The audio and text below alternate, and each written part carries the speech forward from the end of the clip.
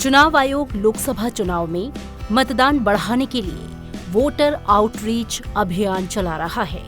लोकसभा चुनाव 2024 में शुरुआती 4 चरणों में 66.95% मतदान हुआ है। इस दौरान 45 करोड़ से अधिक मतदाताओं ने मतदान किया है। पहले चरण में 19 अप्रैल को 102 सीटों पर वोटिंग हुई।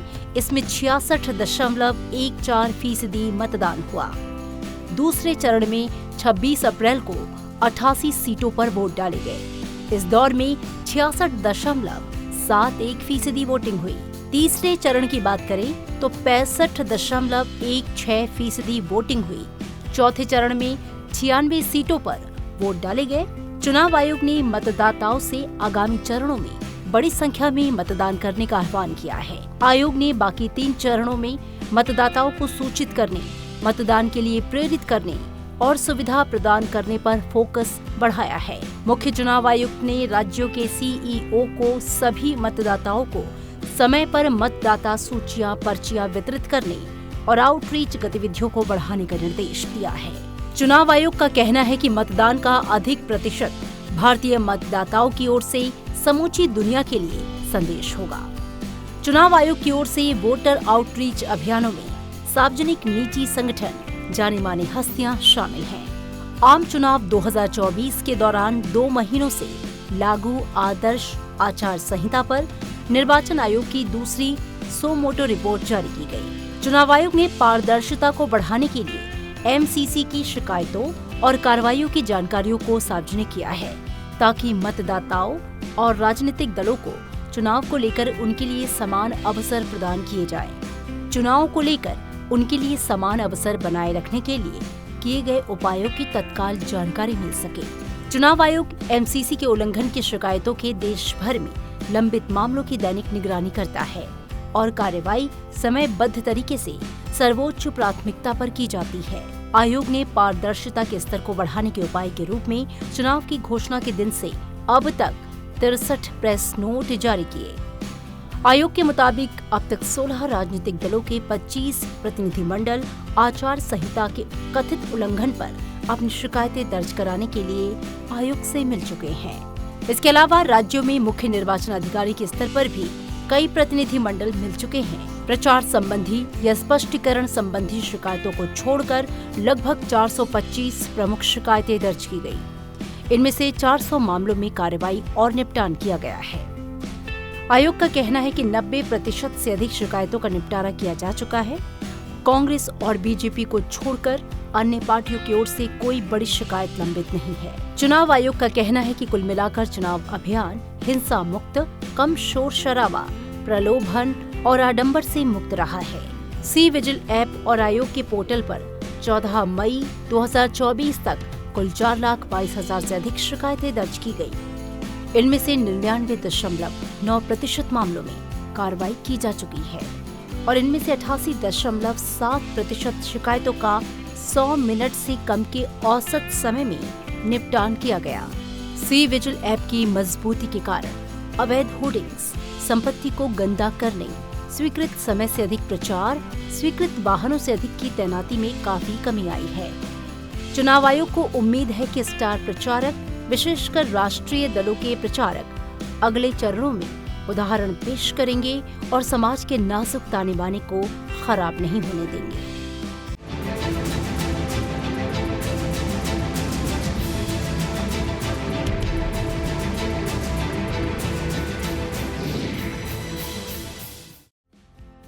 देश में लोकसभा चुनाव धीरे धीरे अपने अंतिम चरण की ओर बढ़ रहा है। 7वें चरण के लिए 1 जून को वोट डाले जाएंगे।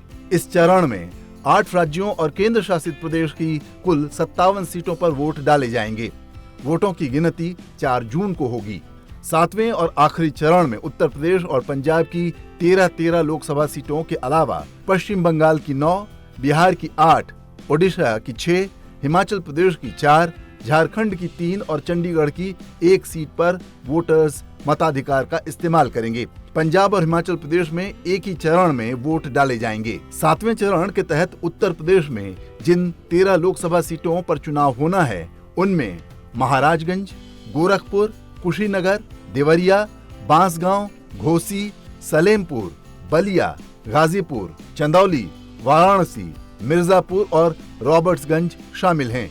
इन 13 लोकसभा सीटों में से 11 सीटें सामान्य श्रेणी की हैं, 2 अनुसूचित जाति के लिए आरक्षित हैं। 7वें चरण में उत्तर प्रदेश के जिन 13 लोकसभा क्षेत्रों में वोटिंग होना है, वहां 2,49,00,000 मतदाता हैं, जिसमें से 1,32,00,000 पुरुष और 1,17,00,000 महिला मतदाता हैं।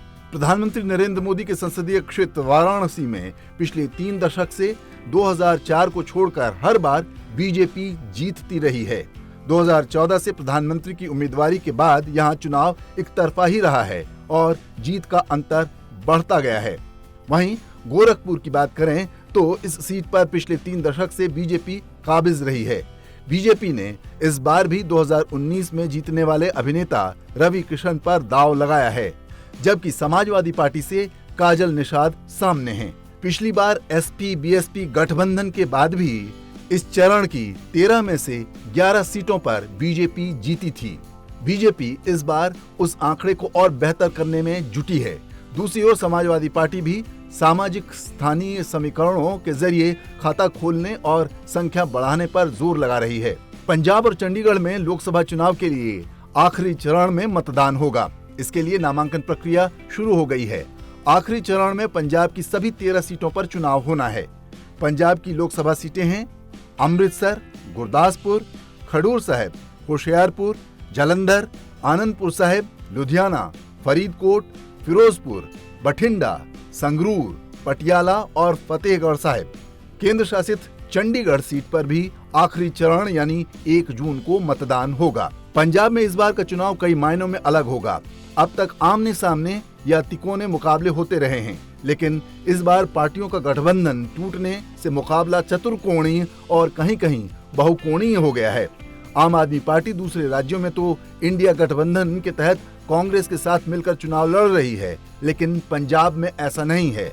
मौजूदा 8 सांसद प्रदेश में लोकसभा चुनाव लड़ रहे हैं। इस बार उनकी राह आसान नहीं है, क्योंकि मुकाबला खड़ा होने के चलते चुनौती भी बढ़ गई है। इस दौर में पंजाब से रवनीत सिंह बिट्टू, चरणजीत सिंह चन्नी, हरसिमरत कौर बादल, हंसराज हंस और मनीष तिवारी जैसे बड़े और चर्चित नेताओं की किस्मत ईवीएम में कैद होगी। पश्चिम बंगाल की जिन 9 लोकसभा सीटों पर 7वें चरण में मतदान होना है, उनमें दमदम, बारासात, बशीरहाट, जयनगर, मथुरापुर, डायमंड हार्बर, जादवपुर, कोलकाता दक्षिण और कोलकाता उत्तर शामिल हैं। पश्चिम बंगाल में 2019 के आम चुनावों के दौरान टीएमसी 22 सीटों पर जीत दर्ज करने में सफल रही थी, जबकि बीजेपी के खाते में 18 सीटें आई थीं। वहीं बिहार में 7वें चरण के मतदान के लिए अधिसूचना जारी होने के साथ नामांकन की प्रक्रिया शुरू हो गई है। बिहार में लोकसभा की जिन 8 सीटों पर चुनाव इस दौर में होगा, उनमें नालंदा, पटना साहिब, पाटलिपुत्र, आरा, बक्सर, सासाराम, काराकाट और जहानाबाद शामिल हैं। इस चरण में बिहार से पूर्व केंद्रीय मंत्री रविशंकर प्रसाद, लालू प्रसाद यादव की बेटी मीसा भारती और रामकृपाल यादव की किस्मत का भी फैसला होगा। वहीं राज्य की काराकाट सीट पर भी सभी की नजरें होंगी, क्योंकि वहां से भोजपुरी सिनेमा के स्टार पवन सिंह निर्दलीय चुनाव लड़ रहे हैं। अंतिम चरण में ओडिशा की 6 सीटों पर वोट डाले जाएंगे, जो हैं मयूरभंज, बालासोर, भद्रक, जाजपुर, केंद्रपाड़ा और जगत सिंहपुर, जहां 1 जून को मतदान होगा।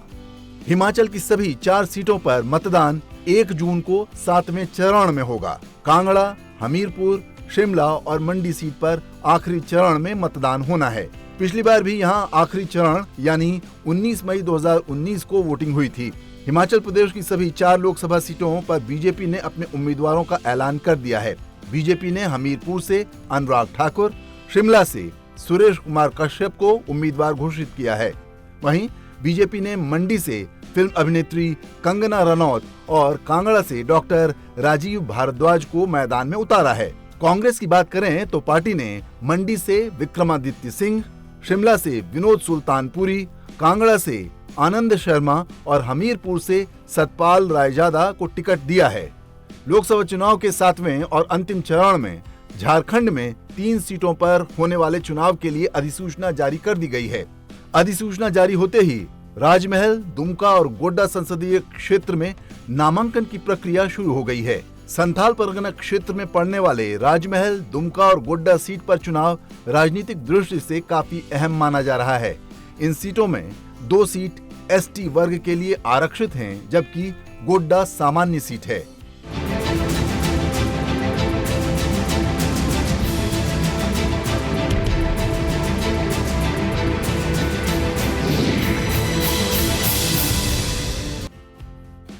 अठारहवीं लोकसभा चुनने के लिए देश में छठे चरण का मतदान 25 मई को होना है।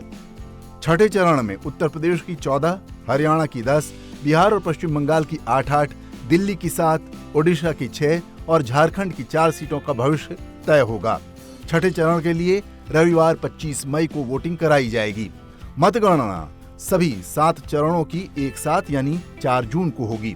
छठे चरण के दौरान एक ही दिन 2 राज्यों में चुनाव के लिए मतदान संपन्न हो जाएगा। वहीं 5 अन्य राज्यों में कई चरणों में होने वाले चुनाव का एक हिस्सा पूरा होगा। उत्तर प्रदेश में लोकसभा चुनाव के छठे चरण के लिए कुल 14 लोकसभा क्षेत्रों में वोटिंग होगी। ये 14 सीटें हैं: सुल्तानपुर, प्रतापगढ़, फूलपुर, इलाहाबाद, अंबेडकर नगर, श्रावस्ती, डुमरियागंज, बस्ती, संत कबीर नगर, लालगंज, आजमगढ़, जौनपुर, मछली शहर और भदोही।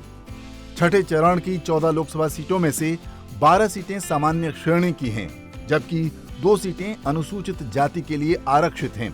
इसके साथ ही उत्तर प्रदेश में चुनाव पूर्वांचल की ओर बढ़ चलेगा। उत्तर प्रदेश में छठे चरण के 14 लोकसभा निर्वाचन क्षेत्रों में 2 करोड़ 69 लाख मतदाता हैं, जिनमें 1 करोड़ 42 लाख पुरुष मतदाता और 1 करोड़ 27 लाख महिला मतदाता हैं। इन निर्वाचन क्षेत्रों में कुल 17,113 मतदान केंद्र और 28,171 पोलिंग बूथ हैं। इसी प्रकार 292 गैंसडी विधानसभा उप निर्वाचन क्षेत्र में कुल 3,62,000 मतदाता हैं, जिनमें 1,93,000 पुरुष मतदाता और 1,69,000 महिला मतदाता हैं। हरियाणा की सभी 10 लोकसभा सीटों के लिए छठे चरण में 25 मई को होने वाले मतदान के लिए नामांकन प्रक्रिया शुरू हो गई है। हरियाणा की 10 लोकसभा सीटें हैं: अंबाला, करनाल, सोनीपत, रोहतक, सिरसा, कुरुक्षेत्र, फरीदाबाद, गुड़गांव, भिवानी, महेंद्रगढ़ और हिसार। दिल्ली से सटे हरियाणा में करीब 1 करोड़ 95 लाख मतदाता हैं। पिछली बार के हरियाणा लोकसभा चुनाव में सभी 10 की 10 सीटों पर बीजेपी ने जीत का परचम लहराया था। यही वजह है कि इस बार भी कुछ सीटों पर पिछले लोकसभा चुनाव यानी 2019 के जीते हुए प्रत्याशियों को दोबारा मौका मिला है। वहीं कुछ बड़े नेताओं का टिकट काटा भी गया है। लोकसभा चुनाव के छठे चरण में बिहार के 8 संसदीय क्षेत्र शामिल हैं, जिन पर नामांकन का काम शुरू हो गया है। छठे चरण में बिहार में वाल्मीकि नगर, पश्चिम चंपारण, पूर्वी चंपारण, शिवहर, वैशाली, गोपालगंज, सिवान और महाराजगंज में चुनाव होना है। छठे चरण में बिहार में जिन सीटों पर चुनाव होना है, वहां अभी एनडीए के सांसद हैं। ऐसे में इन सीटों पर एनडीए को अपनी प्रतिष्ठा बचाने की चुनौती है।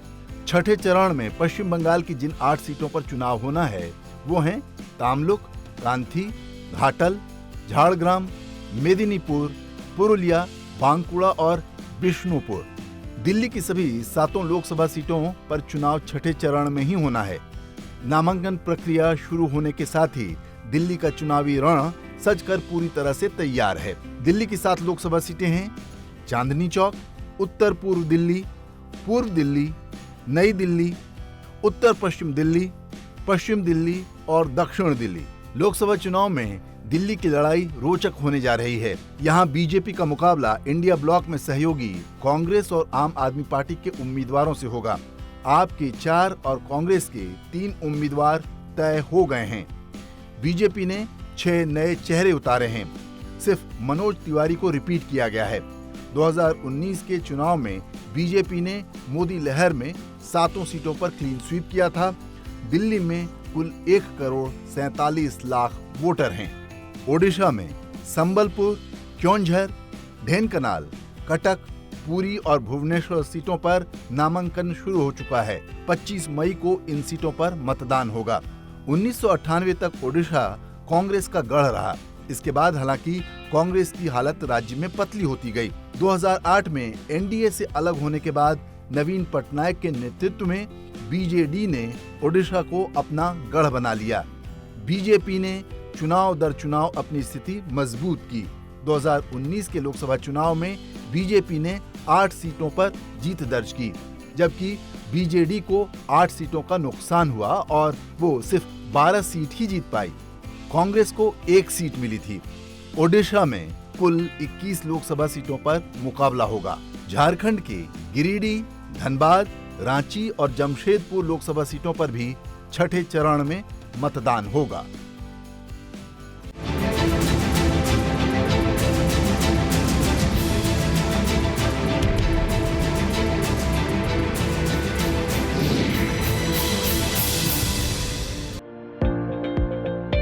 लोकसभा चुनाव 2024 के 5वें चरण का मतदान 20 मई को होगा। 5वें चरण में 8 राज्य और केंद्र शासित प्रदेश की कुल 49 सीटों पर मतदान होगा। 5वें चरण में बिहार, हिमाचल प्रदेश, महाराष्ट्र, ओडिशा, उत्तर प्रदेश, पश्चिम बंगाल, जम्मू कश्मीर और लद्दाख में वोटिंग होगी।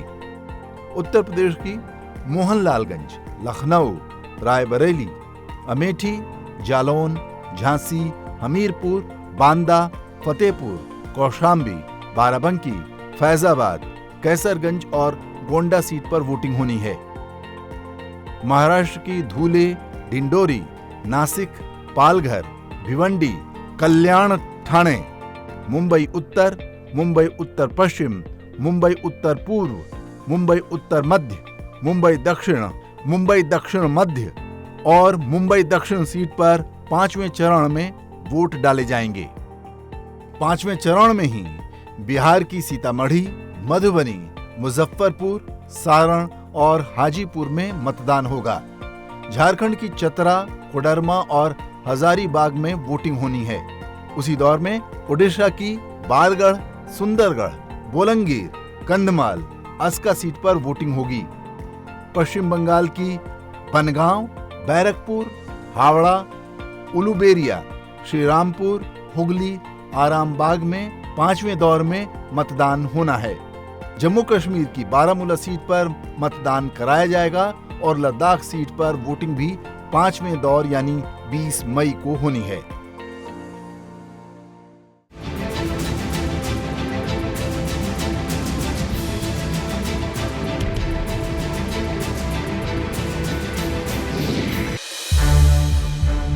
संसद टीवी के और भी प्रोग्राम्स देखने के लिए सब्सक्राइब करें हमारा YouTube चैनल और हाँ, इन्हें लाइक और शेयर करना ना भूलें।